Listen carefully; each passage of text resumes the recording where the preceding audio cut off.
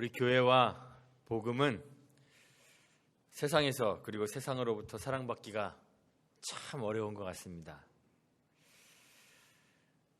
예수님과 또 예수님의 전한 복음은 정말 칠흑과 같은 이 어둠 가운데 비치는 참 빛이고, 또 사망의 종으로 신음하고 있는, 그래서 죄의 노예로 살고 있는 우리들을 자유케 하는 정말 복된 소식입니다. 믿으십니까? 안 믿으십니까? 예, 다들 안 믿으시는 것 같은데요. 정말 그렇습니다. 참 빛이시고 복된 소식입니다. 그런데 사실 사람들은 예수와 복음을 그리 좋아하지 않습니다. 그리고 교회도 그리 좋아하지 않습니다. 사도 요한이 성경에서 말하는 것처럼 참 빛이 어두움에 비추었지만 어둠이 깨닫지 못합니다. 우주의 창조주이시고 세계의 주인이신 하나님이 자기 땅에 오셨지만 그의 백성들이 그분을 영접하지 않았습니다. 예수님이 오셔서 이 땅에 오셔서 하신 일들이 보여주는 것이 뭘까요? 예수님은 당신이 하시는 일들을 통해서 예수님 당신이 우리의 창조주이시고 우리의 주인인 것을 보여주시기를 원하셨던 것이죠. 안진뱅이를 일으키셨습니다. 눈먼 자들의 눈을 뜨게 하시고 그들을 보게 하셨습니다. 귀가 들리지 않는 사람들의 귀를 열어주셔서 듣게 하셨습니다. 문둥병자와 중풍병자들을 고치셨습니다. 귀신 들린 자에게서 귀신을 내어 쫓으시고 사단의 억눌림으로부터 그들을 해방해 주셨습니다. 죽은 자를 살리기도 하셨습니다. 주님은 세리와 죄인 그리고 가난하고 억압받는 사람들의 친구가 되어 주셨습니다. 때로 배고픈 사람들에게 먹을 것을 주시기도 하셨습니다. 요한이 제자들을 보내서 예수님에게 물어본 적이 있습니다. 오실 그이가 당신입니까? 아니면 우리가 또 다른 사람을 기다려야 합니까? 이렇게 물어봤을 때 마태복음 11장 5절에서 예수님이 대답하시죠. 소경이 보며 안진뱅이가 걸으며 문둥이가 깨끗함을 받으며 귀머거리가 들으며 죽은 자가 살아나며 가난한 자에게 복음이 전파된다 하라 말씀하셨습니다. 꼭 같지는 않지만 이사야 61장에 나오는 1절부터 나오는 그 말씀을 생각나게 합니다. 예수님은 당신이 선지자들이 기다리고 있었던 바로 그 메시아임을 알게 하시기 위해서 이 땅에서 많은 일들을 하셨죠. 이 정도 되면 사람들이 예수님을 좀 알아보고 예수의 메시아 되심을 좀 깨닫고 그의 가르침에 귀를 기울이고 그를 믿고 신뢰하고 그를 의지할 것 같은데 실상 그렇지 않습니다. 오히려 사람들은 예수님을 시기하고 못마땅해 합니다. 책 잡기 위해서 올무 놓는 일에 집중을 합니다. 거짓 증인이라도 앞세워서 기어코 예수님을 십자가에 못 박아 버렸습니다. 왜 그래야만 했을까요? 왜 예수를 꼭 죽음으로 내몰아야만 했을까요? 아무리 작은 일이라도 항상 이유는 복잡하더라고요. 그래서 뭐 한 가지 딱 이것 때문이야 이렇게 이유를 대기는 참 어려운데 오늘 예수님을 십자가에 못 박아야만 했던 한 가지 이유에 대해서 좀 생각해 보려고 합니다. 예수는 유대인들이 기다리고 있었던 그 메시아와는 다른 점이 너무 많았습니다. 유대인들은 용감한 전사와 같은 그런 왕을 기다리고 있었습니다. 그 왕이 오면 적들을 말발굽알에 짓밟고 전장을 호령하는 그 장수와 같을 거라고 생각했습니다. 바벨론에게 포로가 되어서 가나안 땅을 떠나 이주한 이후로 수백 년 동안 이스라엘은 자기의 주권을, 나라의 주권을 온전히 회복한 적이 없습니다. 그래서 강력한 용사가 나타나서 모든 대적들을 굴복시키고 주권을 회복해주고 이스라엘 나라가 모든 민족 위에 우뚝 서서 세계를 통치하는 그런 민족이 되고픈 열망이 그들에게 있었어요. 그런데 예수님은 연약해 보입니다. 강력한 힘으로 타인 위에 군림하여서 지배하는 그런 힘의 통치자가 아니었습니다. 다른 나라, 다른 민족 위에 우뚝 서서 높아져야 하는데 예수는 사람들에게 낮아지라고 합니다. 압제하던 사람들의 것을 다 빼앗아서 이제는 내가 더 부유해져야 되는데 예수는 사람들에게 가난해지라고 합니다.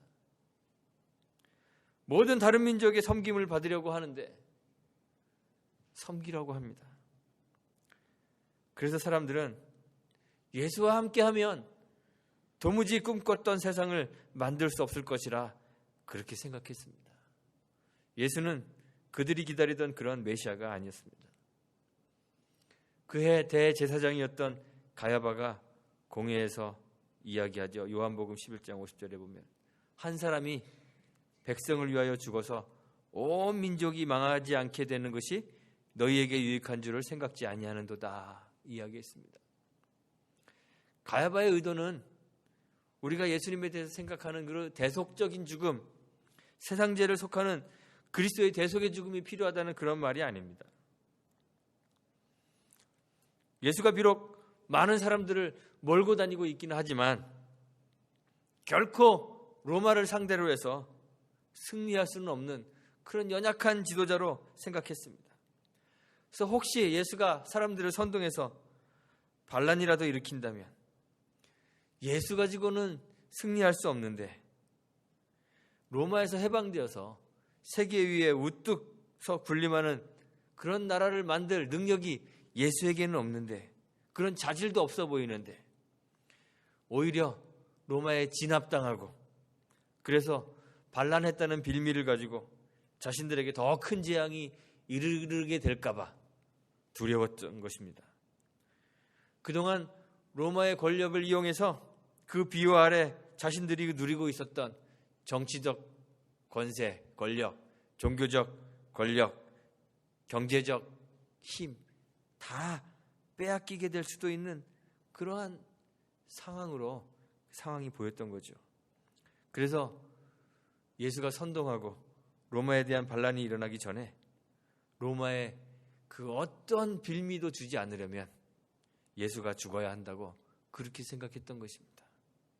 예수만 죽으면 유대인은 안전할 수 있고 예수만 죽으면 내가 지금껏 누리고 있었던 그러한 정치적, 경제적, 종교적 부와 권세들을 그냥 다 지킬 수 있다고 그렇게 생각했죠. 결국 자신들이 가지고 있었던 기득권, 부와 권력을 잃고 싶지 않은 마음이 이 말 속에 포함되어 있는 것이에요. 예수를 신문할 때 증인으로 나타났던 자들이 증언했죠. 예수가 성전을 헐면 사흘 만에 다시 세우겠다고 말했습니다. 대제사장을 비롯한 사두개인들은요, 대부분 유대의 부유층에 속한 사람들이었습니다. 이들은 성전을 중심으로 부와 권력을 다 움켜쥐고 있었습니다. 대제사장과 그의 친인척들이 예루살렘에 그리고 부유층들이 대부분 사두개파였는데요. 이 사람들이 성전을 장악하고 성전을 관할하고 있었습니다. 산헤드린 공의회의 대부분의 사람들이 사두개파 사람들이었습니다. 산헤드린은 유대 자치의 그 사법기관인데 종교와 사회적 권력을 다 움켜쥐고 있었죠. 속죄의 유일한 길이 뭡니까? 구약시대에 제사하는 거죠. 제사해야만 속죄할 수 있습니다. 속죄의 유일한 길인 제사.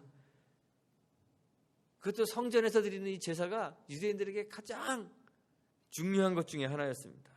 유대인 남자라면 누구나 1년에 3차례씩 성전에 하나님 앞에 자기를 보여드려야 했습니다. 대제사장과 그리고 제사장의 무리들은 그래서 성전을 중심으로 큰 권력을 유지할 수 있었던 거예요. 그들에게 성전은 돈벌이의 수단이 되었습니다. 유대인들은 정기적으로 성전세를 바쳐야 됐습니다. 제사를 위해서는 제물을 드릴 짐승이 필요한데 멀리서 오는 사람들은 제물로 드릴 짐승을 끌고 오는 게 참 문제였어요. 그걸 끌고 오는 도중에 죽을 수도 있고 또 다치거나 흠이 생기면 하나님께 드릴 수가 없기 때문에 끌고 오던 것이 다 허사가 되어버리고 맙니다. 하나님께 드릴 제물로 적합하지 않아서 사용할 수 없게 되어버리는 거예요. 그래서 나중에는 돈을 가지고 와서 예루살렘 근처에서 짐승을 사서 그것을 제사 드리는 사람들이 많이 생기게 되었습니다.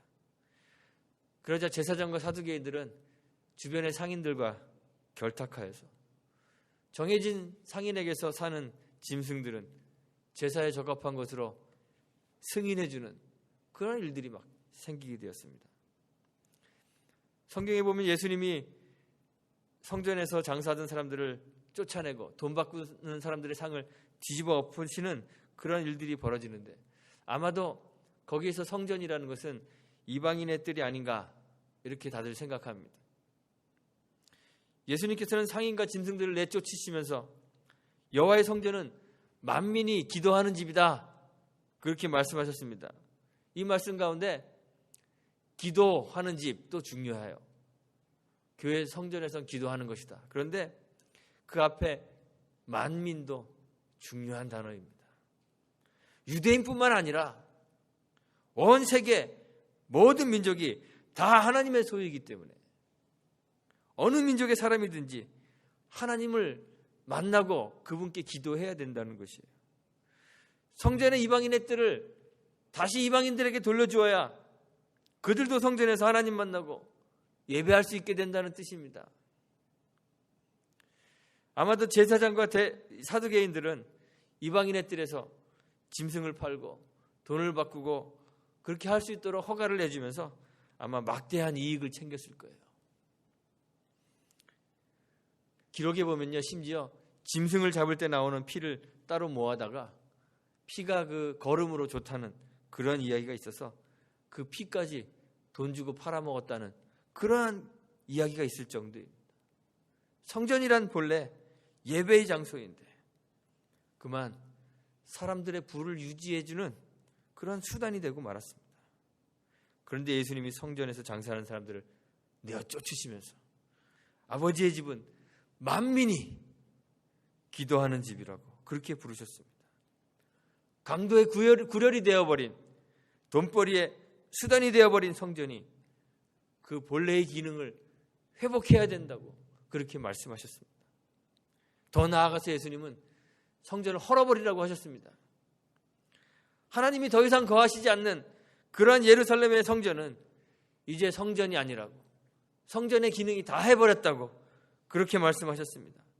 그리고 참 성전이신 하나님이 거하시는 온전한 전이신 예수님 자신을 계시해 주신 거죠.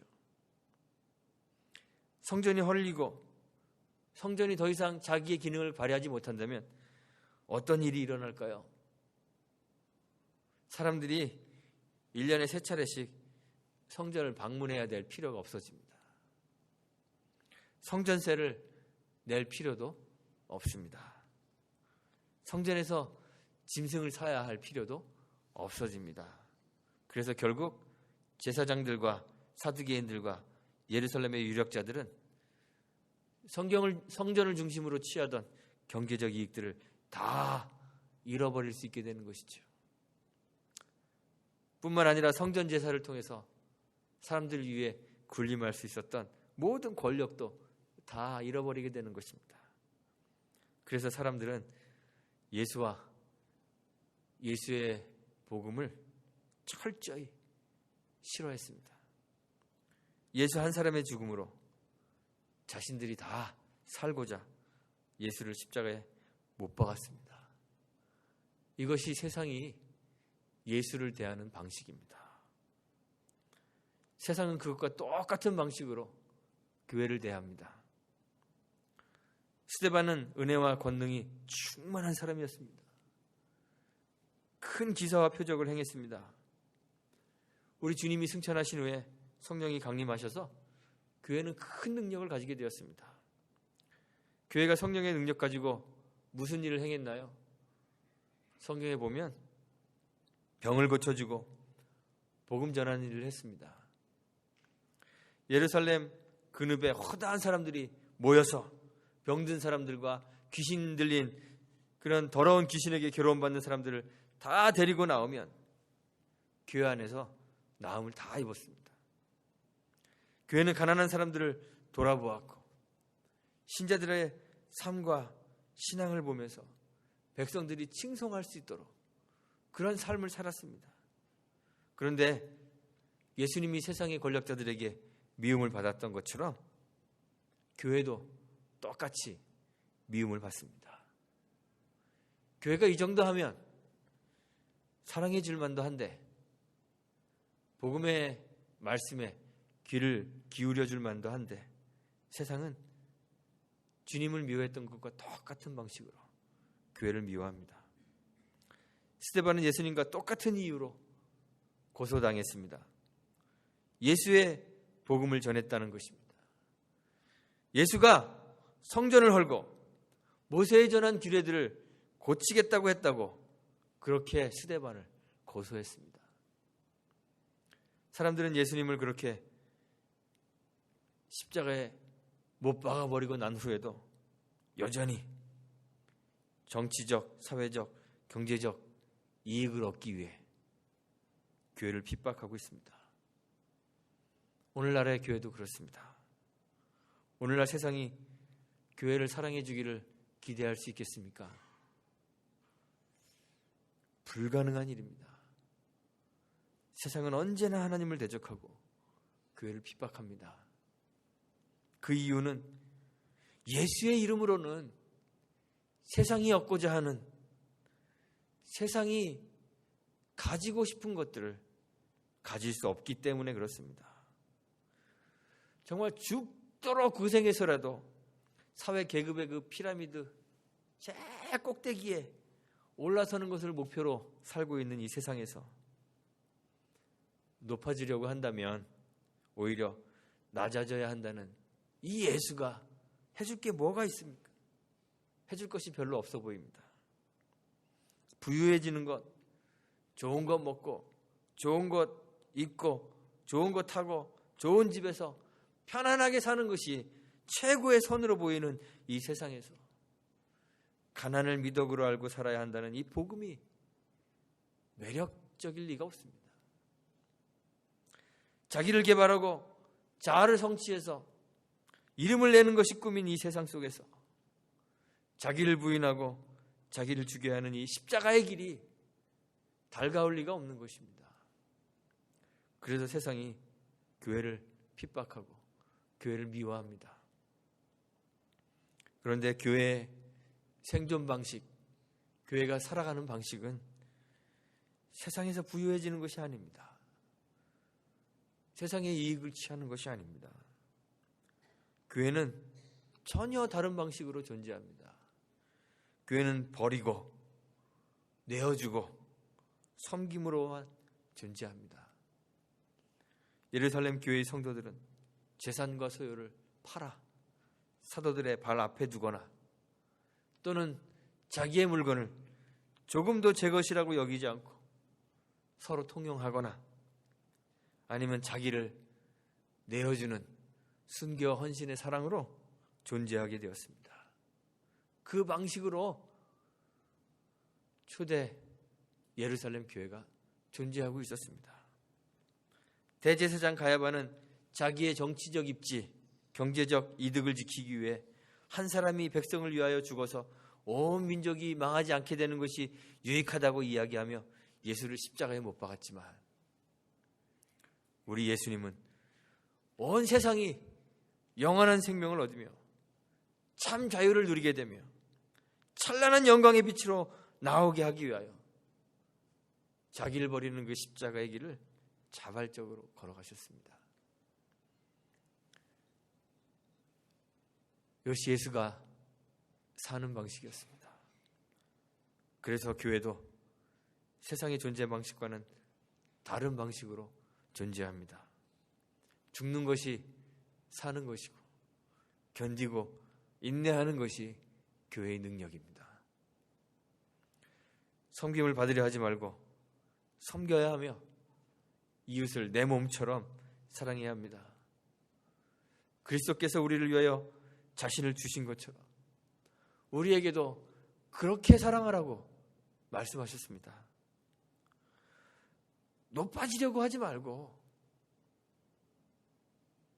낮아지라고 하셨습니다. 누구든지 높아지려거든 오히려 자기를 낮추라고 하셨습니다.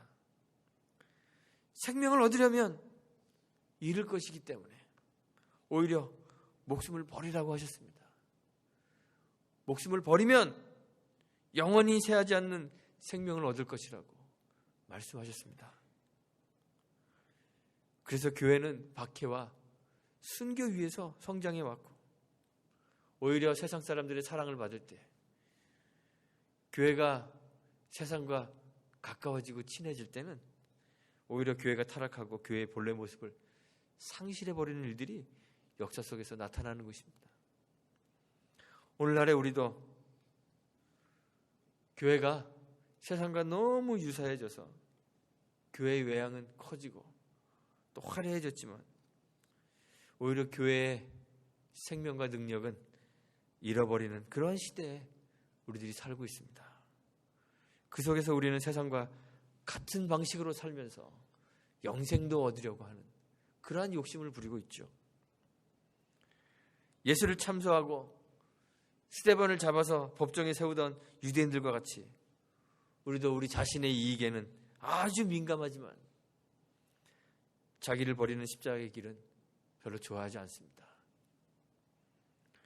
신앙의 길에 들어선 후에도 우리는 여전히 경제적 이득을 위해서 또 사회적인 체면을 위해서는 열심히 살아가고 있지만 자기를 희생하는 것에는 적극적이지 않습니다.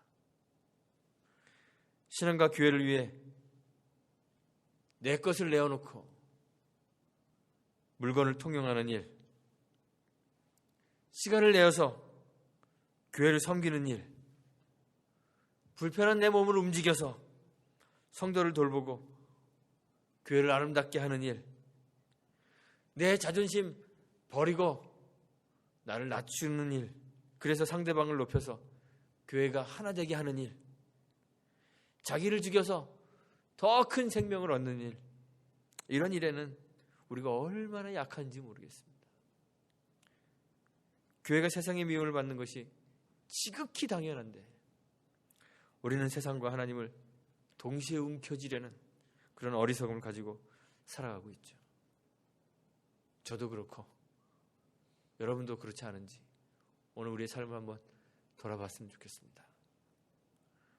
유대인들과 같이 자기의 이익을 위해서 하나님을 대적하는 어리석은 자들이 되지 않기를 간절히 소망합니다. 교회를 미워하는 세상을 닮지 않고 죽어야 사는 이 교회의 생존 방식을 우리가 다 깨달을 수 있게 되기를 간절히 소망합니다. 자기를 주는 성도들이 많아졌으면 좋겠습니다.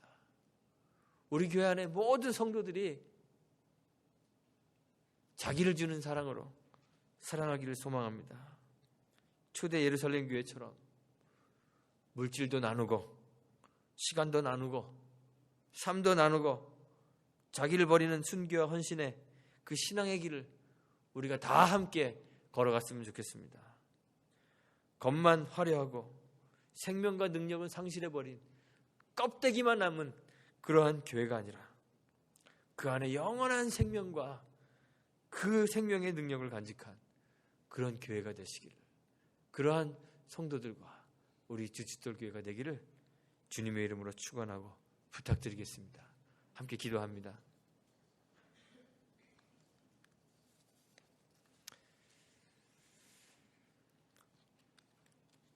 하나님, 우리는 참 어리석어서 눈앞에 보이는 것들만 볼 줄 압니다.